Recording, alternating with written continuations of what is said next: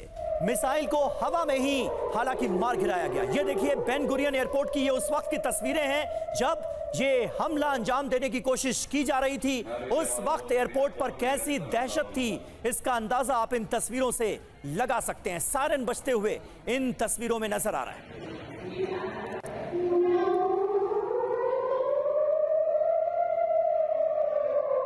और नसरल्लाह की मौत के बाद हूती भी बौखलाए हुए हैं।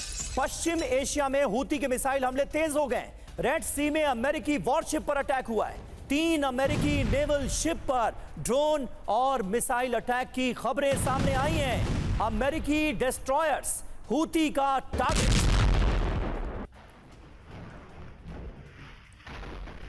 प्रोफेसर संजय भारद्वाज इस वक्त हमारे साथ मौजूद हैं। एक बार फिर ट्रिपल एच एक्टिव होता हुआ संजय भारद्वाज जी नजर आ रहा है। हमास का वैसे ही बहुत हद तक खात्मा हो चुका है। हिजबुल्लाह की ताकत में भी 70% कमी आई है इजरायली हमलों के बाद, यह कहा जा रहा है। लेकिन हूती ये कितनी बड़ी मुश्किलें पैदा कर सकते हैं इस पूरे के पूरे लाल सागर वाले रीजन में इजराइल और अमेरिका के लिए, क्या अंदाजा है आपका? देखिए, पहली बात तो निश्चित रूप से जो तीनों आप एच फैक्ट बता रहे हैं, ये तीनों ही वायलेंट नॉन स्टेट एक्टर्स हैं जी। और तीनों का मकसद इजराइल के खिलाफ इजराइल को डिस्टेबलाइज करना है। लेकिन तीनों का जो फोर्स है, जो सब स्ट्रॉन्ग फोर्स है, वो ईरान से मिलता है। आप मान के चलिए कि हमास का जिस तरीके से खात्मा किया और जिस तरीके से आईडीएफ बढ़ी और इजराइल ने वहाँ पे बढ़त बढ़ाई, अगला टारगेट निश्चित रूप से हिजबुल्लाह था। और हिजबुल्लाह में भी देखिए अब मोटे तौर पे टारगेट का इजराइल कहाँ कर रहा है। इजराइल जो इनके चीफ पॉलिटिकल कमांडर्स हैं या मिलिट्री कमांडर्स हैं, उनको एक एक को, चाहे हानिया को ले लीजिए, आप इधर आप नसरुल्लाह को ले लीजिए, ऐसे ही एक एक को टारगेट करें। तीसरा जो नॉन स्टेट एक्टर है वो हूती है, जिसका आप जिक्र कर रहे हैं। और निश्चित रूप से हूती जो सबसे बड़ा एक चैलेंज क्रिएट कर रहा है वो रेड सी में कर रहा है। वो अमेरिकन जो युद्धपोत हैं या उनको पिछले कई समय से टारगेट कर रहा है। तो यहाँ पे जो तीनों जो नॉन स्टेट एक्टर्स हैं जो सब ईरान समर्थित हैं, इनका जो ऑपरेशन है इजराइल को डिस्टेबलाइज करना।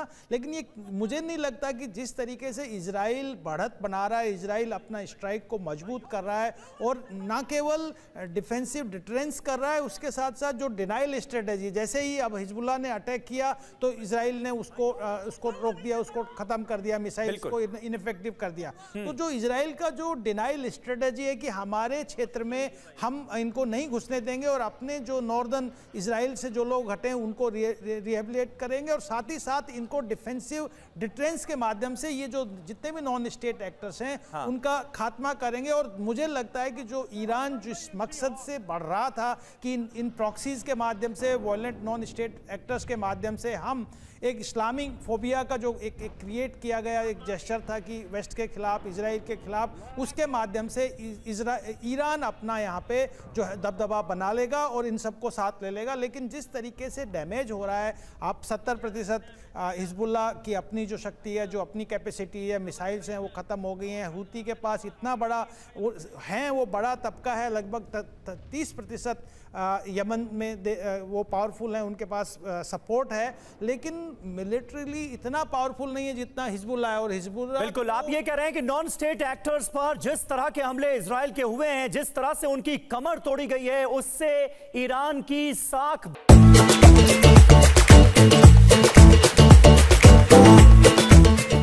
से भी ड्रोन हमला हो गया है। इजराइल पर इराकी मिलिशिया ने अटैक किया है। पोर्ट सिटी इलाक को बनाया गया है निशाना, ड्रोन से हमले किए गए। इस्लामिक रेजिस्टेंस ने इस हमले की जिम्मेदारी ली है। ये एक अहम खबर आ रही है इराक से। देखिए किस तरह से इजराइल के पोर्ट सिटी इलाक को बनाया गया है निशाना।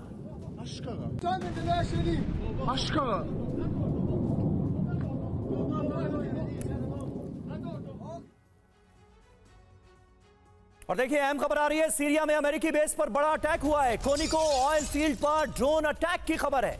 अमेरिकी मिलिट्री बेस में धमाके की खबर सामने आ रही है। तस्वीरें आप देखिए, हमले में अमेरिकी बेस को भारी नुकसान हुआ है, ये दावा भी किया जा रहा है। सीरिया में अमेरिका का ये बेस है जहां एक बड़ा अटैक हुआ है। तस्वीरें आप देख रहे हैं, आग के शोले दूर दूर तक नजर आ रहे हैं। कोनिको ऑयल फील्ड पर ड्रोन अटैक के जरिए इस हमले को अंजाम दिया गया है। अमेरिकी मिलिट्री बेस पर धमाका हुआ है और हमले में इस अमेरिकी बेस को भारी नुकसान हुआ है, ये दावा भी किया गया है।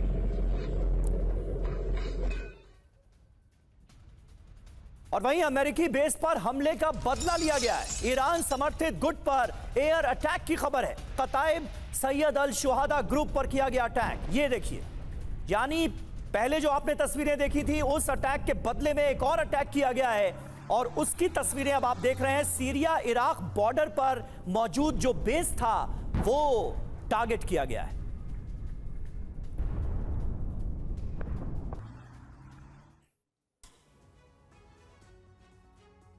और हमारे साथ इस वक्त तमाम खास मेहमान मौजूद हैं। कुलकर्णी साहब, किस तरह से आप देखेंगे ईरान के इन्वॉल्वमेंट को, आप कैसे एनालाइज करते हैं? और सवाल फिर वही घूम फिर कर आ जाता है कि अगर 7 अक्टूबर को इजराइल पर वो आतंकी हमला नहीं होता तो शायद लेबनान और गाजा की ये स्थिति नहीं होती। ईरान ने क्या सोचकर इतना बड़ा स्टेप उठाया, अपने प्रॉक्सी को इन हमलों के लिए आगे बढ़ाया? ये सवाल आज हर किसी को परेशान कर रहा है। हर कोई इसका जवाब जानने की कोशिश कर रहा है। क्यों किया ईरान ने ऐसा? इससे तो सिर्फ और सिर्फ यही हुआ कि यह भ्रम टूटा कि ईरान एक ताकतवर मुल्क है। बात ऐसी है कि लगातार मैं कहूँगा कि 2006 से अगर आप देखें और 2007 में जब से गाजा पट्टी के ऊपर से हटा इजराइल और हमास वहाँ पे सक्रिय हुआ, उसके बाद से लगातार ईरान जो है हमास प्रॉक्सी को तैयार करने में लगा था। और उसके बाद जिस प्रकार से इतने टनलिंग किए और हमास ने अपनी एक मैं कहूँगा ताकत बढ़ाई 2008 में, 2012 में, 2014 में, 2021 में लगातार इजराइल के साथ वो लड़ने में अग्रसर था। उसी दौरान हिजबुल्लाह जो है उसको भी जिस प्रकार से फंडिंग किया गया, ट्रेनिंग दिया गया, हथियार दिए गए ईरान के द्वारा, उसी वक्त आप ईरान भी देखिए हुदियों को भी तैयार किया गल्फ ऑफ एडन में, बाब एल मंदेब में, तो वो जो पूरा रेड सी का इलाका है उसमें। तो ऐसे इसमें आप देखते हैं कि ईरान जो है अपने प्रॉक्सीज के द्वारा अपना दबदबा मिडिल ईस्ट में रखने के लिए इजराइल के बरखिलाफ करता रहा। अगर आप इसका मैनिफेस्टो देखें, हिजबुल्लाह का भी मैनिफेस्टो देखें, तो उसका 1985 साफ कहता है कि इजराइल का सफाया करना है और हमने लेबनान से जो पश्चिम प्रभाव है उसको कम करना है और ईरान को समर्पित होना है। तो ऐसे हालात में नहीं सर, लेकिन ईरान की तरफ से गलती क्या इस बात को लेकर हुई है कि अपने दुश्मन की ताकत का अंदाजा नहीं लगा पाया ईरान, जिसका नतीजा भुगतना पड़ रहा है उसके तमाम प्रॉक्सी को? हिजबुल्लाह की ताकत जो है वो 60%, 70% कम कर दी गई है। उधर हमास तबाह हो गया है। अब ले देकर एक हूती बचा हुआ है जो कि मुकाबला करता हुआ फिलहाल नजर आ रहा है। क्या ताकत का अंदाजा, इजराइल की ताकत का अंदाजा ईरान नहीं लगा पाया? नहीं, आप अगर देखें इसको तो मैं कहूँगा कि जिस प्रकार से पेजर्स और वॉकी टॉकी, जिसका शायद उन्हें कभी जिंदगी में नहीं सोचा होगा कि इस तरह से करेगा, और उसके कारण जो है इजराइल का पलड़ा भारी हो गया। नहीं तो लगातार 7 अक्टूबर से, जैसे आप कह रहे हैं, हिजबुल्लाह जो है सॉलिडारिटी खड़ा था गाजा के पट्टी के साथ, हमास के साथ, और लगातार उनके मदद के लिए। और जिस प्रकार से नॉर्दर्न इजराइल से पलायन हुआ है, 70,000 लोग वहाँ से गए, सदर्न लेबनान से तकरीबन 1 लाख लोग वहाँ से पलायन कर गए, तो प्रेशर तो था इजराइल के ऊपर। और हमास जो है 11 महीने से समाप्त नहीं हुआ, जिसकी उम्मीद लगाए बैठा था इजराइल। ऐसे इसमें ईरान को लगा कि अब जो है हिजबुल्लाह के बाद 1.5 लाख से 2 लाख रॉकेट, 30 से 50,000 उसके लड़ाकू ड्रोन्स, टैंक्स, आर्टिलरी सब कुछ है, तो वो तो अब तबाह कर ही देंगे। लेकिन जिस प्रकार से 70% उनकी लीडरशिप एक ही दिन में खत्म हुई, और उसके बाद जब नसरुल्लाह मारा गया, अब ईरान को भी सोचना पड़ेगा, और खामेनी भी अब हाइड आउट में चले गए। इसमें शक होने लगा है कि कहीं पे निगाहें, कहीं पे निशाना, और इजराइल का अब निशाना है ईरान। तो ईरान जरूर अपने प्रॉक्सीज को शायद मुझे लगता है बोलेगा कि थम जाओ। और यूएसए के भी 40,000 सैनिक उस इलाके में मेडिटेरियन सी में हैं, 2 एयरक्राफ्ट कैरियर हैं। तो आप समझ सकते हैं कि यूएसए उसको भी रीइंफोर्स कर रहा है। तो इजराइल का पलड़ा अभी बहुत भारी है। बिल्कुल ये बात तो सही है। अभी जो परिस्थितियां हैं उसमें इजराइल का पलड़ा बहुत भारी नजर आ रहा है। ईरान की तरफ से सिर्फ बड़ी बड़ी बातें जरूर की जा रही हैं, हमले का बदला लिया जाएगा, ये दावे जरूर किए जा रहे हैं, लेकिन हालात कैसे हैं वो साफ नजर आ रहे हैं। इस बीच देखिए, नसरुल्लाह की मौत के बाद बेहद गुस्से में ईरान, ये खबर आ रही है सुरक्षा परिषद की आपात बैठक बुलाने की मांग की गई है। इजराइल के खिलाफ मीटिंग बुलाने की अपील की है। किसने? ईरान ने। इजराइल पर एक्शन की मांग कर रहा है ईरान। ओआईसी से भी आपात बैठक बुलाने की अपील की गई है, यानी तमाम इस्लामिक देशों को एक साथ एक मंच पर लाने की ईरान की यह कोशिश है। ओआईसी की भी आपात बैठक बुलाने की अपील ईरान ने की। और इस बीच एक बड़ी खबर आ रही है, लेबनान में किसी भी वक्त ग्राउंड ऑपरेशन शुरू हो सकता है। लेबनान सीमा पर आईडीएफ की हलचल तेज होती नजर आ रही है। बॉर्डर पर इजरायली टैंक ब्रिगेड की तैनाती की गई है। यह देखिए किस तरह से इजराइल के सैकड़ों टैंक इस बॉर्डर इलाके में मौजूद हैं, यानी नेतन्याहू की बस एक गो अहेड का इंतजार है, उसके बाद ग्राउंड ऑपरेशन इजराइल का शुरू हो सकता है। लेबनान के अंदर, लेबनान में कभी भी घुस सकती है। आईडीएफ पूरी तैयारी कर ली गई।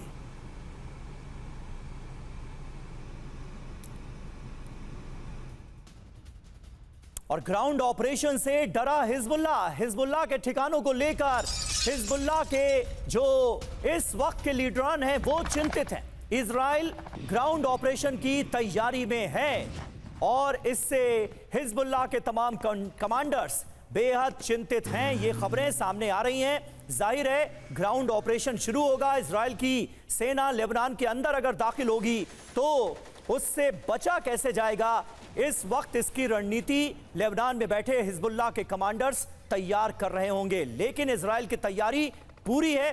टैंकों की पूरी ब्रिगेड बॉर्डर एरिया में उतार दी गई। और कुलकर्णी साहब, यहां पर एक बार फिर मैं आप ही के पास आऊंगा। ग्राउंड ऑपरेशन क्या मुमकिन नजर आ रहा है? इस पर एक्सपर्ट्स की राय भी बटी हुई है। जब से नसरुल्लाह मारा गया है तब से यह चर्चा लगातार जोरों पर है कि अब इजराइल का अगला कदम क्या होगा। ये तस्वीरें और ये तैयारियां देखकर तो यह लग रहा है कि ग्राउंड ऑपरेशन जिस तरह का गाजा में हुआ था वैसा लेबनान में मुमकिन है। आपका एनालिसिस क्या होगा इस पर? देखिएगा समीर, इसमें कोई शक नहीं कि इजराइल तैयार है अपने सारे टैंक फॉर्मेशन, आर्टिलरी, इन्फेंट्री सब लेकर के। लेकिन जो बिटवीन वो कहते हैं ना, वो जो ब्लू लाइन है और लिटनी रिवर है, वो जो तकरीबन 1000 स्क्वायर किलोमीटर का एरिया है बिटवीन नॉर्थ इजराइल और सदर्न लेबनान के बीच में, वो इलाका इजराइल चाहता है बफर रहे। और इसीलिए 1978 में, 82 में, 2006 में उसी को लेकर के हुआ। इस इलाके में यूएन के द्वारा ये बताया गया है कि वहाँ पर या तो लेबनीज आर्मी रहेगी और यूनाइटेड नेशंस और इंटरिम फोर्स इन लेबनान, जिसके तकरीबन 11,000 सैनिक हैं और 50 देशों से हैं। और 1997 से भारत के भी वहाँ पे यूएन के पीस कीपिंग फोर्स है। तो ये 10,000 लोग वहाँ पे पर उसके बावजूद भी वहाँ पर हिजबुल्लाह है। और यही कारण है कि नॉर्दर्न इजराइल से 70,000 लोग पलायन कर गए और सदर्न लेबनान से तकरीबन 1 लाख लोग पलायन कर गए। तो इजराइल भी सोच रहा होगा, ज़रूर इजराइल के पास इंफॉर्मेशन है, मोसाद के पास पूरी इंफॉर्मेशन है, और एक बात सोचने की है कि वो लेबनान है, इजराइल लड़ रहा है हिजबुल्लाह से, लेबनान से नहीं लड़ रहा है। तो वहाँ पे लेबनीज आर्मी भी है, हिजबुल्लाह जो नॉन स्टेट एक्टर जैसे आप कह रहे हैं वो भी हैं, जो बहुत ही ताकतवर है क्योंकि उसके पास काफ़ी कुछ मिलिट्री आर्सेनल है।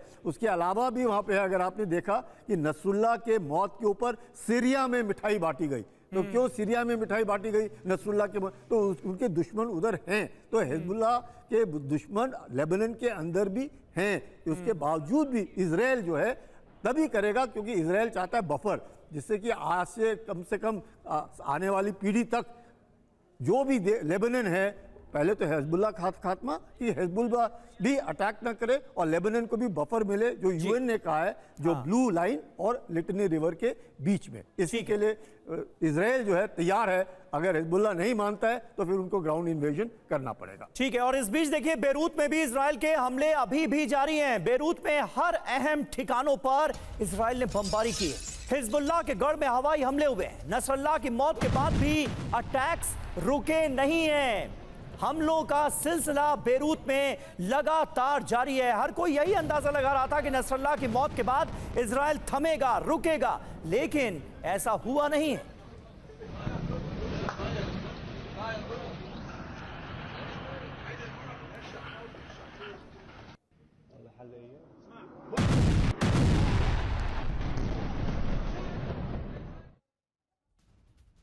और इस बीच साउथ लेबनान से अहम खबर है। दक्षिण लेबनान में इजरायली सेना का हमला। लेबनान के सूर शहर पर आईडीएफ ने रॉकेट दागे हैं। आईडीएफ ने हिजबुल्लाह के पोस्ट को यहां पर बनाया है निशाना। लेबनान के सूर शहर की ये तस्वीरें हैं जहां पर आईडीएफ ने रॉकेट दागे हैं, यानी लेबनान में अभी भी इजराइल बारूद बरसा रहा है।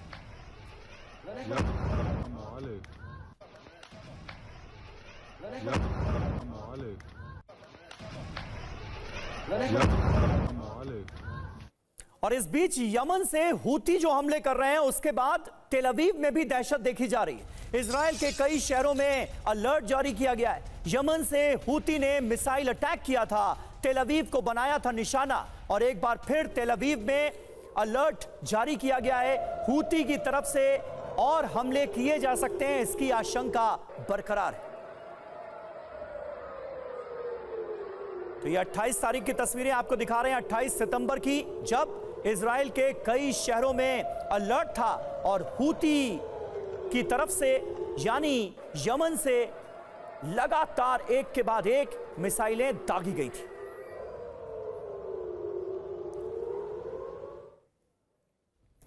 और नसरुल्लाह की हत्या के बाद इजराइल में हाई अलर्ट है। बौखलाया हिजबुल्लाह कर सकता है बड़ा हमला।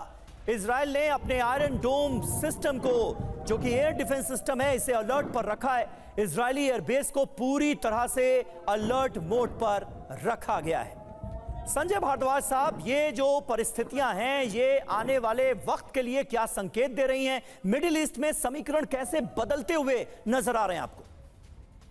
समीर, अगर इसको पर्सपेक्टिव में देखते हैं और ज़्यादा पीछे नहीं जाते हैं, सिर्फ 10 साल का इतिहास अगर मिडिल ईस्ट का देखते हैं, तो वहाँ से आपको बहुत कुछ समझ में आएगा कि उससे पहले अमेरिका का एक जो सिक्योरिटी कर्व था मिडिल ईस्ट का, वो बहुत स्ट्रांग था। लेकिन जैसे जैसे दुनिया में अलाइनमेंट और रीअलाइनमेंट्स हुए, खासकर मैं कहूँगा कि जो चाइना का राइज हुआ और चाइना ने अपना प्रभाव साउथ चाइना सी और इंडो पैसिफिक रीजन में बढ़ाना शुरू किया, अमेरिका ने अपनी नज़र जो है अपनी strategy zone Indo Pacific region में कर दिया और इस क्षेत्र को, मिडिल ईस्ट को, इंडो पैसिफिक स्ट्रेटेजी से बाहर कर दिया।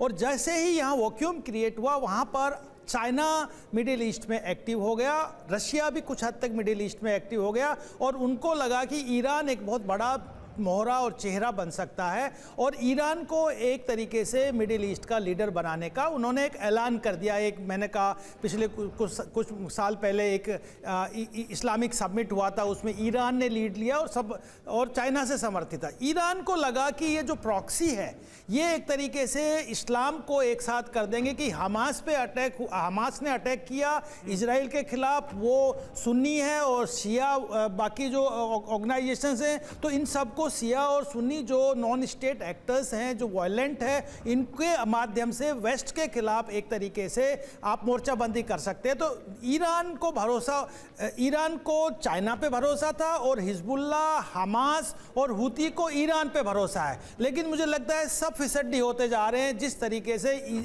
इजराइल को अपॉर्चुनिटी मिला 7 अक्टूबर के बाद जो टेररिस्ट अटैक हुआ, इंटरनेशनल कम्युनिटी ने भी कहा कि टेररिज्म को बर्दाश्त नहीं करेंगे और हम किसी भी तरीके से जब तक ये टेररिज्म का खात्मा नहीं होगा। टेररिस्ट कौन है? हमास है। टेररिस्ट कौन है? हिजबुल्ला है। टेररिस्ट कौन है? हुती है। किसके समर्थित है? ईरान के समर्थित है। तो जो डिस्कोर्स क्रिएट ईरान करना चाहता था वो उस पर उल्टा पड़ गया और जिस तरीके से हमास का खात्मा होता गया, उसी तरीके से हिजबुल्ला को आज पहला टारगेट है। हिजबुल्ला के सारे कमांडर्स, सारे लीडर्स, हमास के लीडर्स को एक एक करके टारगेट किया। ईरान का भी जो प्रेसिडेंट था जो इसको मास्टरमाइंड समझ रहा था, उनका भी एक्सीडेंट हुआ। कैसे एक्सीडेंट हुआ ये भी एक इन्वेस्टिगेशन का पॉइंट है, लेकिन वहां वो भी खत्म हो गया। अब हुती अगला टारगेट है। तो आप ये देखिए कि जो ब्रॉडर गेम है इसमें जो वेस्ट के खिलाफ जो एक डिस्कोर्स मिडिल ईस्ट में क्रिएट करना, अमेरिका और इजराइल के खिलाफ जो डिस्कोर्स क्रिएट करना चाहता था, वो ईरान सक्सेसफुल नहीं हो पाया। और मुझे लगता है कि वापस से इस क्षेत्र में जो इस्लाम, क्योंकि वेस्ट वर्सेस इस्लाम करना चाहता था, वो नहीं हो पा रहा और इजराइल को वेस्ट के टर्म्स, ईरान को वेस्ट के टर्म पे काम करना पड़ेगा, क्योंकि जो रशिया पहले ही उलझा हुआ है यूक्रेन में, उसको उम्मीद नहीं थी, उनको लग रहा था 7 दिन में सब कुछ खत्म कर देंगे।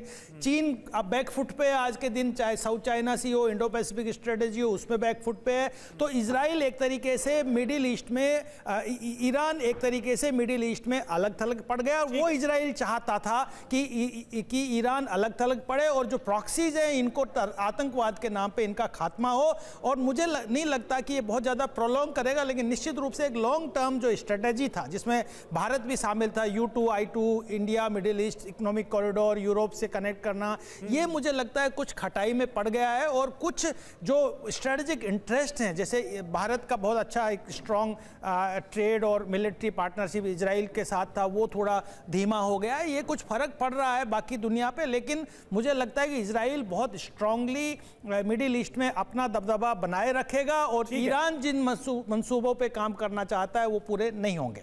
ठीक है, तो ये तो जो मौजूदा स्थितियां हैं वो इस बात की गवाही दे ही रही हैं। साफ तौर पर इजराइल का पलड़ा यहां भारी नजर आ रहा है। और इस बीच नसरल्लाह की मौत पर ईरान देखिए क्या कर रहा है। ईरान धमकी दे रहा है। ईरान के सुप्रीम लीडर आयतुल्लाह खामेनी ने कहा लेबनान अपने दुश्मन को छोड़ेगा नहीं। हिजबुल्लाह के सामने दुश्मन बेहद छोटा है, ये कह रहे हैं ईरान के सुप्रीम लीडर आयतुल्लाह खामेनी, जिनके खुद के बारे में ये खबर सामने आई है कि उन्हें किसी सेफ जोन में पहुंचा दिया गया है। हिजबुल्लाह चीफ नसरल्लाह के मारे जाने के बाद सबसे पहले जो ईरान से खबर सामने आई वो यही थी कि आयतुल्लाह खामेनी को सुरक्षित जगह पर पहुंचाया गया। वो ईरान धमका रहा है कि लेबनान अपने दुश्मन को छोड़ेगा नहीं, हिजबुल्लाह के सामने दुश्मन बेहद छोटा है। और देखिए चीफ ऑफ स्टाफ के उत्तरी कमान का दौरा किया है। इजराइल के चीफ ऑफ स्टाफ के बारे में यह अहम खबर सामने आ रही है। नॉर्दर्न कमांड का उन्होंने दौरा किया है, सेना की तैयारी का जायजा लिया है। बड़ी जंग की तैयारी में है इजरायली सेना और ऐसे में यह दौरा इंपॉर्टेंट माना जा रहा है।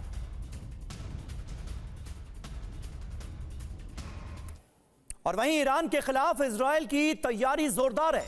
इजराइल ने अमेरिका से सुरक्षा बढ़ाने को कहा है। अमेरिका से अतिरिक्त सेना तैनाती की अपील की गई है। मिडिल ईस्ट में सेना की तैनाती बढ़ाने के लिए कहा गया है। कुलकर्णी साहब, अब जो एक्सपेक्टेशन है इजराइल की वो अमेरिका से क्या नजर आ रही है? मिडिल ईस्ट में जो तमाम अमेरिकी बेसेस मौजूद हैं वहां पर डिप्लॉयमेंट और बढ़ाई जाए, इस खबर का सामने आना ये क्या संकेत दे रहा है? इजराइल की आगे के लिए मंशा है क्या? समीर, अगर आप देखें कि लगातार अमेरिका, फ्रांस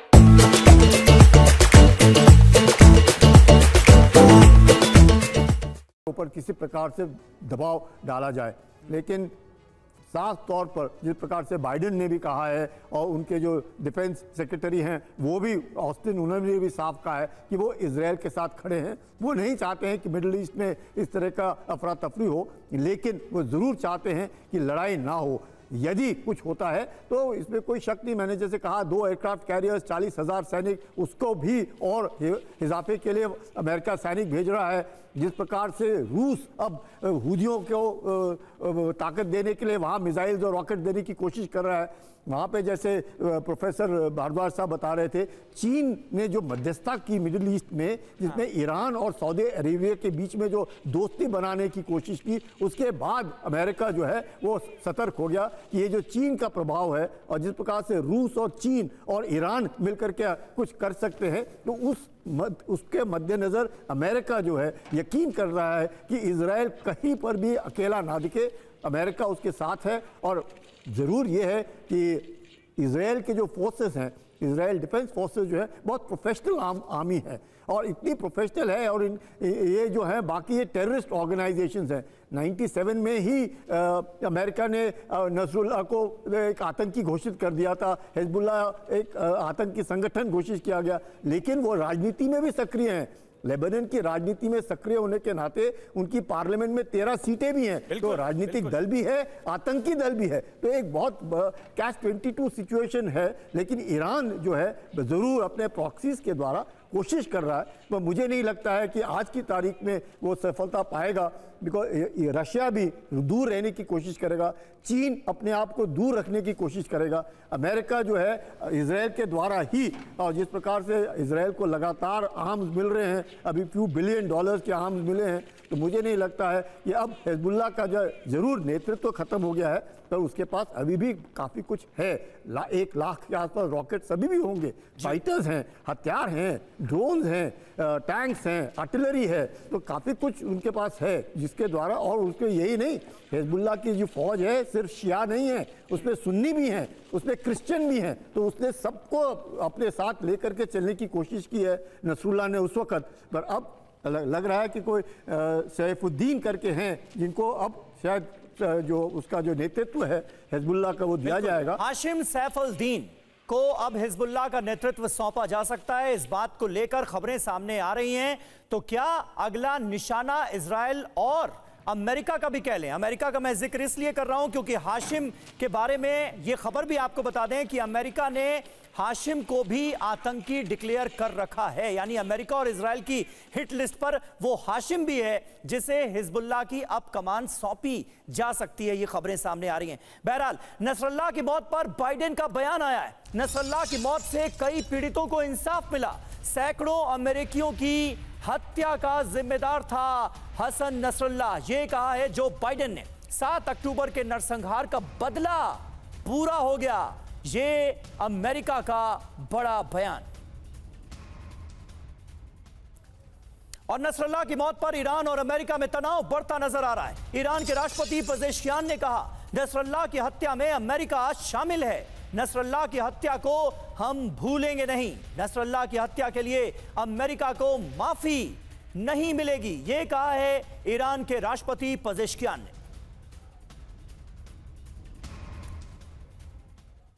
तो ईरान से धमकियों का सिलसिला लगातार जारी है। हिजबुल्लाह चीफ नसरुल्लाह के खात्मे के बाद अब कयास लगाए जा रहे हैं कि इजराइल का अगला टारगेट कौन होगा।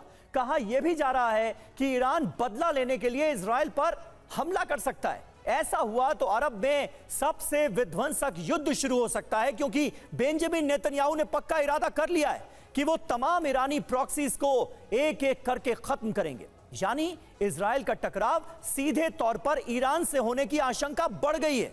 इस बीच अगर ईरान की मदद के लिए रूस और चीन आते हैं तो यह युद्ध सीधे तौर पर रूस वर्सेस अमेरिका में भी तब्दील हो सकता है, क्योंकि अरब में इजराइल का इकलौता मददगार अमेरिका है।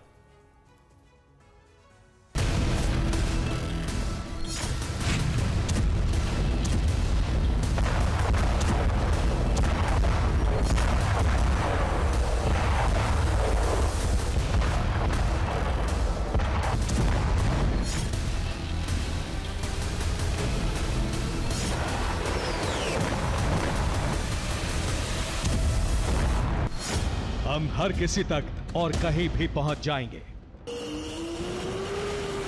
बैरूत में ऑपरेशन नसरल्ला पर जाने से पहले इजरायली एयरफोर्स के कॉम्बैट पायलट ने यही कहा था और उसके कुछ सेकंड बाद तेल अवीव के एयरबेस से उड़ान भरी। ये उसी की तस्वीरें हैं।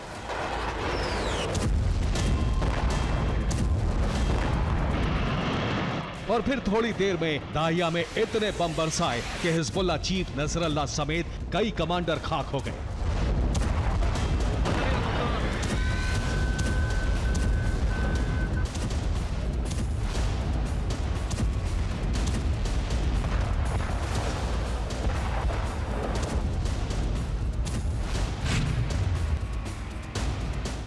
हिजबुल्लाह हेडक्वार्टर जमींदोज हो गया। हमास के बाद यह हिजबुल्लाह पर करारा प्रहार है, जिससे ईरान में दहशत फैल गई है। कहीं अब खामनेई का नंबर तो नहीं, क्योंकि इजराइल तमाम ईरानी प्रॉक्सी का खात्मा करने की कसम खा चुका है। ऐसे में टारगेट पर ईरान भी है, क्योंकि ईरान ही सभी प्रॉक्सी गुटों का सरगना है।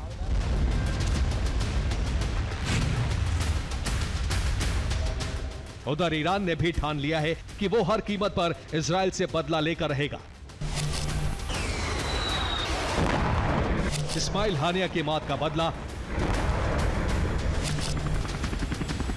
इब्राहिम रईसी की मौत का बदला, हसन नसरल्ला की मौत का बदला।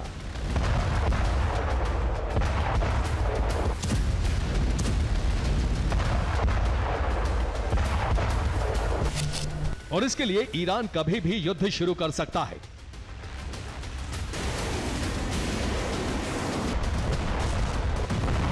इसके लिए ईरानी प्रॉक्सी को फरमान जारी कर दिया है। इजराइल की घेराबंदी की जा रही है। आज रात ईरान अभी तक का सबसे बड़ा हमला कर सकता है।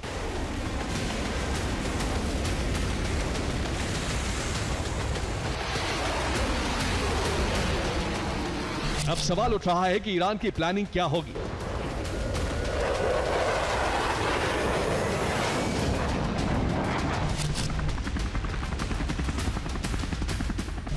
क्या अरब में महायुद्ध की शुरुआत हो चुकी है?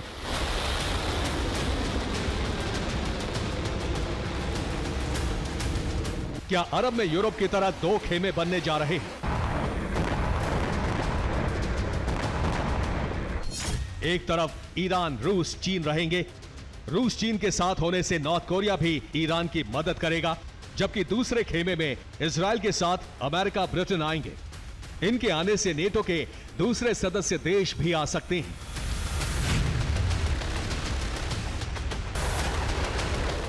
यानी जैसे यूरोप में रूस और यूक्रेन में युद्ध चल रहा है, जिसमें नेटो यूक्रेन के साथ है, इसी तरह मध्य पूर्व में इजराइल और ईरान में युद्ध का अंदेशा बढ़ गया है।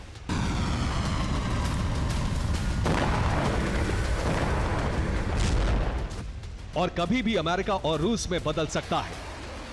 यानी युद्ध का दायरा यूरोप से अरब तक फैलना तय माना जा रहा है, क्योंकि रूस ने बैरूत पर बमबारी पर नाराजगी जताई है। अमेरिका ने मध्य पूर्व में अपनी सेना बढ़ाई है, जो सीधे तौर पर इसका संकेत दे रहा है कि अमेरिका लंबे समय तक युद्ध की तैयारी करके चल रहा है, ठीक वैसे ही जैसे इराक और अफगानिस्तान में उसने युद्ध लड़ा था। यानी अरब फ्रंट अमेरिका और रूस के खेमों में बढ़ सकता है। वैसे भी अमेरिकी प्रेसिडेंट जो बाइडेन ने बयान दिया है, बेंजामिन नेतन्याहू फिलहाल हमले रोकने को तैयार नहीं है, जिससे जंग का बढ़ना तय है। यानी अब इजराइल अगले टारगेट की तरफ बढ़ने वाला है, और वो टारगेट क्या होगा, इसका फैसला Benjamin Netanyahu secret cabinet meeting में ले चुके हैं।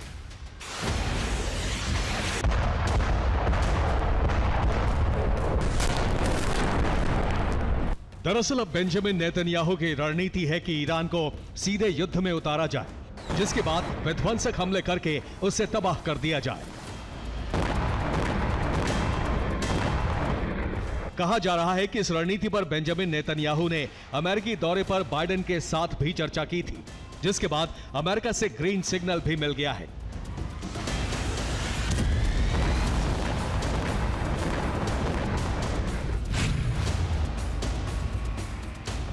यानी गाजा और लेबनान के बाद ईरान को दहलाने के लिए इजराइल तैयारी कर चुका है। इस बारे में ऑपरेशन नसरल्ला से पहले बेंजामिन नेतन्याहू ने धमकी भी दी थी। ईरान के किसी भी कोने में पहुंच सकती है इजरायली मिसाइल, हमारी सेना पूरी तरह तैयार है। इसीलिए बैरूत एयरपोर्ट पर कंट्रोल करके ईरानी प्लेन को तबाह करने की धमकी दी गई, जिससे ईरान का प्लेन लैंड नहीं हो पाया। इससे तमतमाए ईरान ने धमकी दी है। इजराइल के गुनाह से अरब में खौफनाक समीकरण बन चुके हैं। अब खेल के नियम बदल गए हैं। इजराइल अपनी तबाही का खुद जिम्मेदार होगा और ये तय ईरान करेगा। हालात इतने संजीदा हैं कि ईरान के सुप्रीम लीडर अयातुल्लाह खामेनी ने सिक्योरिटी काउंसिल की इमरजेंसी मीटिंग बुलाकर इजराइल पर पलटवार का ब्लूप्रिंट तैयार करने को कहा है। खामेनी की तरफ से इजराइल पर हमले का संकेत मिलने के बाद ईरानी प्रॉक्सी बेकाबू हो रहे हैं। लगातार हमले की धमकी दी जा रही है। ISJ यानी इस्लामिक जिहाद मूवमेंट ने कहा है, हम इजराइल को उसके गुनाहों की सजा देकर रहेंगे। PIJ यानी पैलेस्टाइन इस्लामिक जिहाद ने धमकी दी है कि यहूदियों की बैरूत में बमबारी नाजियों जैसी बर्बरता है, इजराइल को अंजाम भुगतने को तैयार रहना होगा। जबकि मुजाहिदीन मूवमेंट ने कहा है, यहूदियों का खूनी आक्रोश बढ़ चुका है, अब उससे बदला भी वैसे ही लिया जाएगा। इस बीच रूस के विदेश मंत्री सर्गेई लावरोव ने कहा है कि मिडिल ईस्ट कभी भी सुलग सकता है, महाशक्तियों के बीच टकराव होना तय है। रूस की धमकी के बाद अमेरिका चौकन्ना हो चुका है। अमेरिका के रक्षा मंत्री लॉयड ऑस्टिन ने इजराइल के रक्षा मंत्री योव गैलेंट से नया ब्लूप्रिंट बनाने के लिए कहा है।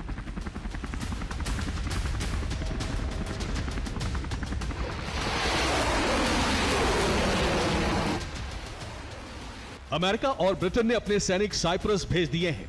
भूमध्य सागर से लेकर लाल सागर तक एयर पेट्रोलिंग की जा रही है, जिससे ईरान के हमले को करारा जवाब देने की तैयारी पूरी कर ली गई है।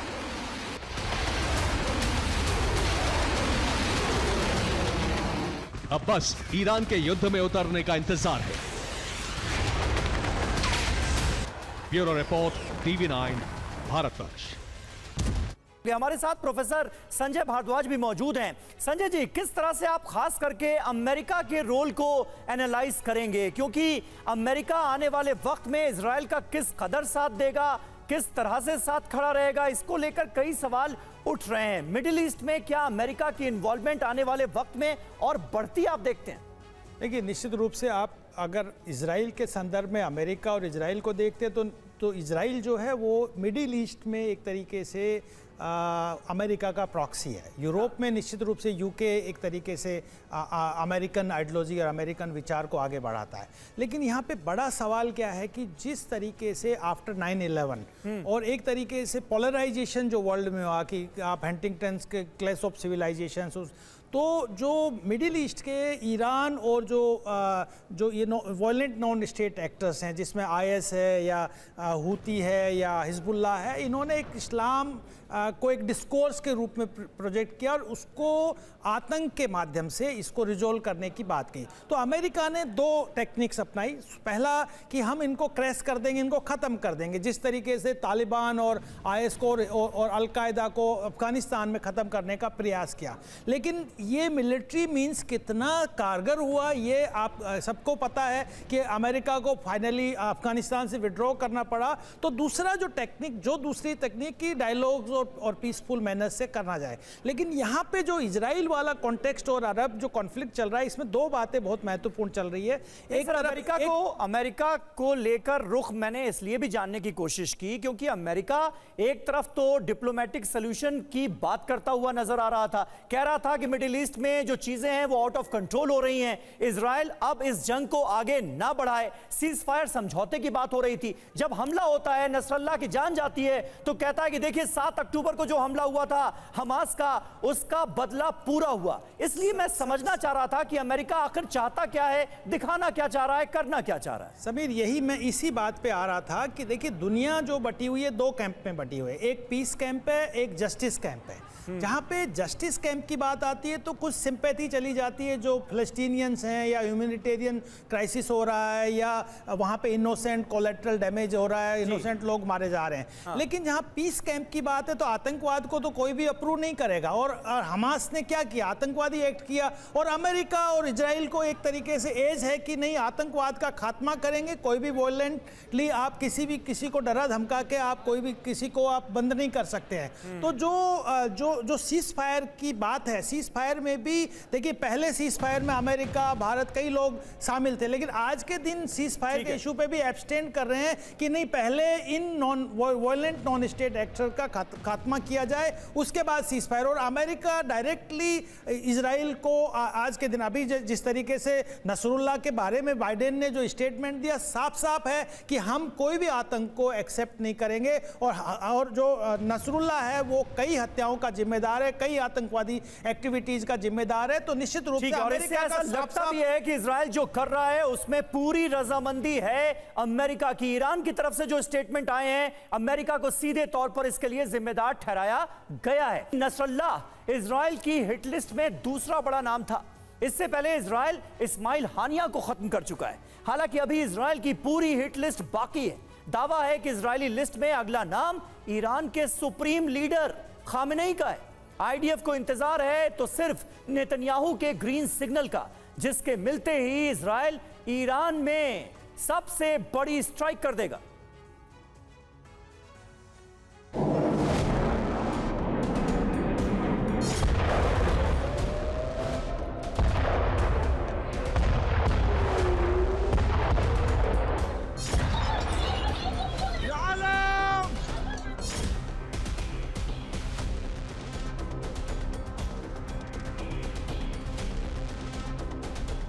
लेबनान में इजराइल का सबसे बड़ा दुश्मन नसरुल्लाह मारा जा चुका है,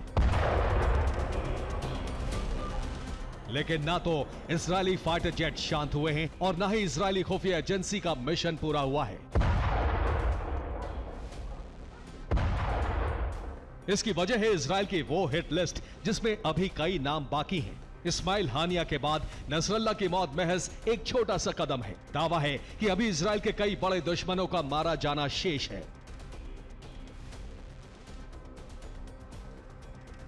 दुनिया भर की नजरें इस वक्त नेतन्याहू के अगले कदम पर टिकी हैं। आशंका जताई जा रही है कि नेतन्याहू का अगला टारगेट अरब में सबसे बड़ी जंग छेड़ सकता है।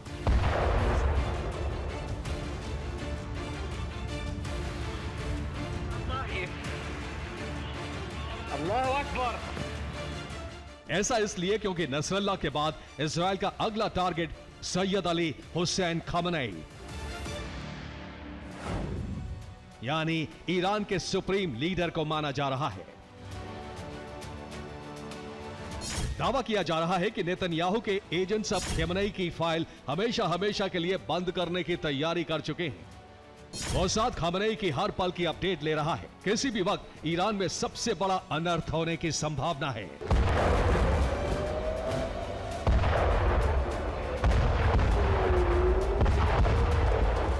इन दावों और आशंकाओं के पीछे नसरुल्लाह की मौत के बाद हुई दो घटनाएं मानी जा रही हैं। नंबर 1, इजराइल के आर्मी चीफ की धमकी। नंबर 2, खामेनेई का सुरक्षित ठिकाने पर जाना। 24 घंटे पहले इजराइल ने नसरुल्लाह को एयर स्ट्राइक में मार डाला था, जिसके बाद इजराइल के आर्मी चीफ का एक बयान सामने आया। आर्मी चीफ हार्जी हलेवी ने कहा, नसरुल्लाह की हत्या से आईडीएफ शांत नहीं हुआ है। आईडीएफ ने अपना टूल बॉक्स खाली नहीं किया। हमारा संदेश बेहद साफ और स्पष्ट है। जो भी इजराइल को धमकी देता है, हमें पता है उन तक कैसे पहुंचना है। इधर इजरायली सेना प्रमुख का बयान आया और उधर खामेनेई को कड़ी सुरक्षा के पहरे में भेज दिया गया। दावा है कि खामेनेई को किसी खास लोकेशन पर भेजा गया है, जिसकी जानकारी आईआरजीसी के टॉप कमांडर्स को छोड़कर किसी के पास नहीं है।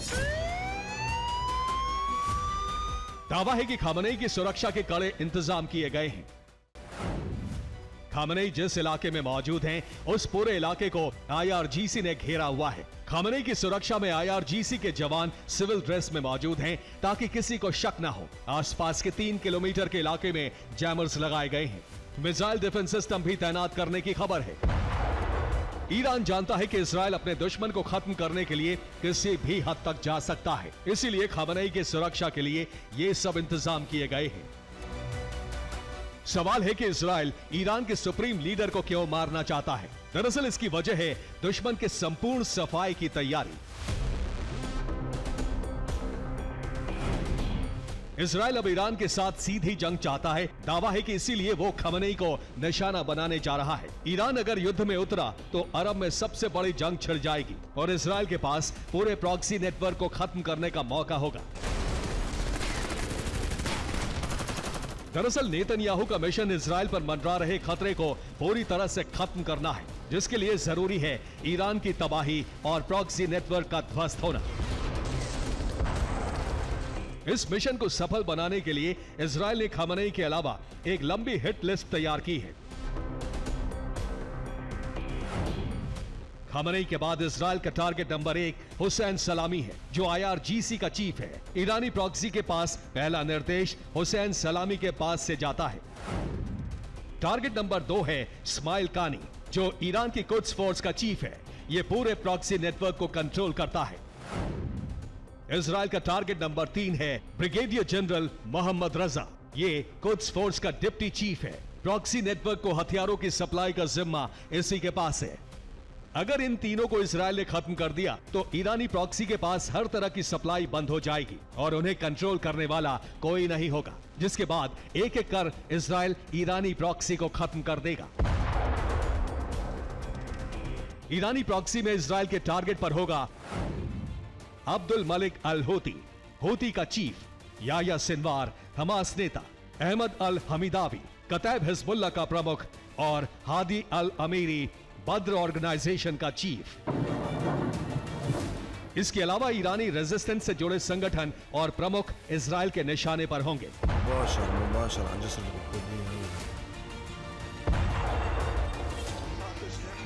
साफ है आने वाले दिनों में अरब में लेबनान जैसे धमाके बेहद आम होने वाले हैं। Bureau report TV9 Bharatvarsh.